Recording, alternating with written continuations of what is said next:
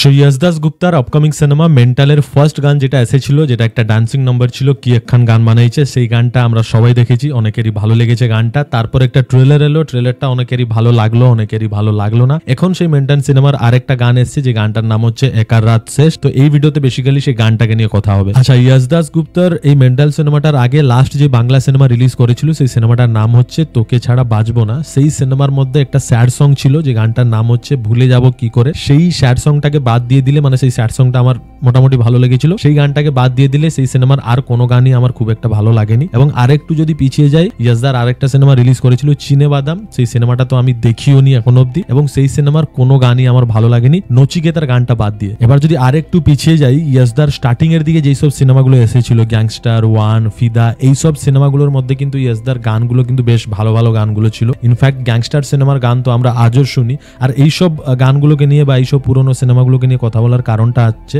যেহেতু ইয়শদার নতুন একটা সিনেমা আসছে, নতুন সিনেমার নতুন নতুন গানগুলো আসছে, তো না চাওয়া সত্ত্বেও কিন্তু এই গানগুলোকে সেই পুরোনো গানগুলোর সাথে একটা কম্পারিজন তো উঠে আসবেই, যে পুরোনো কাজগুলো থেকে এই কাজটা কতটা আলাদা হয়েছে, কতটা ডেভেলপমেন্ট আছে এই কাজগুলোর মধ্যে, কতটা নতুনত্ব আছে। তো সেটার জন্য আমি ভাবলাম ইয়শদার পুরোনো সিনেমাগুলোকে নিয়ে বা পুরোনো সিনেমার গানগুলোকে নিয়ে একটু আলোচনা করা যাক এই পার্টিকুলার গানটাকে নিয়ে কথা বলার আগে। তো এবার চলো এই মেন্টাল সিনেমার এই পার্টিকুলার গানটাকে নিয়ে কথা বলা যাক, এই গানটা কেমন হয়েছে। দেখো, মেন্টাল সিনেমার ফার্স্ট গানটা যখন এসেছিল, কি একখান গান বানাইছে, একটা ডান্সিং নাম্বার ছিল, সেই গানটা আমার বেশ ভালো লেগেছিল। গানটা দেখে আমি বেশ মজা পেয়েছিলাম, সেটা অডিও ওয়াইজ হোক বা ভিডিও ওয়াইজ হোক, ভিজুয়াল ওয়াইজ হোক, আমি গানটা দেখে বেশ মজা পেয়েছিলাম। তারপরে যখন ট্রেলারটা এলো, ট্রেলারটা আমার সত্যি বলতে গেলে খুব একটা ভালো লাগেনি। তার কারণ রয়েছে কেন আমার ভালো লাগেনি। ট্রেলারটা দেখে আমার কোথাও গিয়ে মনে হয়েছিল যে এই সিনেমাটা আবারও একটা ব্যাকডেটেড সিনেমা হতে চলেছে, সেই পুরোনো 10-12 বছর সিনেমাগুলোর মতো আবারও একটা ব্যাকডেটেড সিনেমা মানে হতে চলেছে আজকের সময় দাঁড়িয়ে। দেখো, কমার্শিয়াল সিনেমা ফিরে আসছে, এটা খুব ভালো কথা। আমরাও চাই যে কমার্শিয়াল সিনেমা আজকের সময় বেশি বেশি করে তৈরি হোক, কমার্শিয়াল সিনেমার সময়টা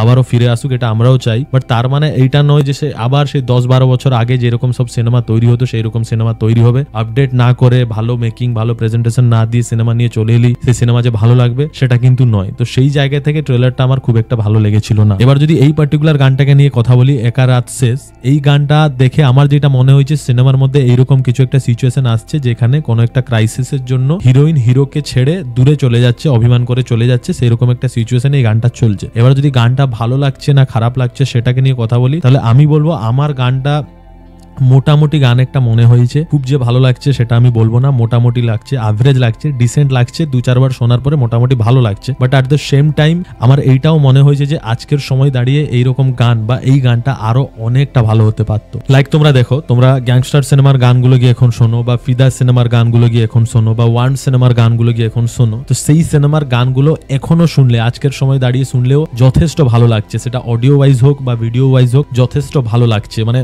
একটা বাংলা কমার্শিয়াল সিনেমার গান হিসাবে এখনো সময় দাঁড়িয়ে সেই সিনেমার গানগুলো এখনো শুনলে যথেষ্ট ভালো লাগছে। বাট এই পার্টিকুলার গানটা মোটামুটি ভালো লাগলেও কোথাও গিয়ে মনে হচ্ছে যে আরো অনেকটা ভালো হতে পারতো। আর গানটার অডিওটা শুনতে তো তাও মোটামুটি ভালো লাগছে একটা জায়গায় গিয়ে, বাট ভিজুয়ালি দেখতে গেলে গানটা আরো অনেকটা বেটার হতে পারতো। সেটা পারফরমেন্স ওয়াইজ বলো, প্রেজেন্টেশন ওয়াইজ বলো, এক্সপ্রেশন ওয়াইজ বলো, প্রত্যেকটা দিক থেকে আরো অনেকটা বেটার হতে পারতো। আর পারফরমেন্স নিয়ে আলাদা করে কথা বলতে গেলে সবার মতো আবারও সেই একই কথা রিপিট করতে হবে, যে এই গানটার মধ্যে ইয়শদার এক্সপ্রেশন একদমই ভালো লাগছে না। শুধু লিপসিং দিতে হবে বলে ইয়শদার লিপসিং দিয়ে যাচ্ছে গানটার মধ্যে, তার চোখমুখী কথা বলছে না। আর এইরকম একটা গানের মধ্যে, যে গানটার মধ্যে এইরকম একটা ফিল আছে, একটা অভিমান ভরা একটা ফিল আছে গানটার মধ্যে, এইরকম একটা গানের মধ্যে, গানে যে মেন লিড ক্যারেক্টারটা প্লে করছে, মেন যে অ্যাক্টরটা, মেন যে অভিনেতাটা, যাকে দেখে গানটাকে ফিল করা যাবে, তারই যদি চোখ মুখ কথা বলছে না, সেই যদি গানটাকে ঠিক মতো ফিল করে পারফরমেন্স করছে না, তাহলে অডিয়েন্স সেটাকে কিভাবে ফিল করবে গানটাকে ভিজুয়ালি।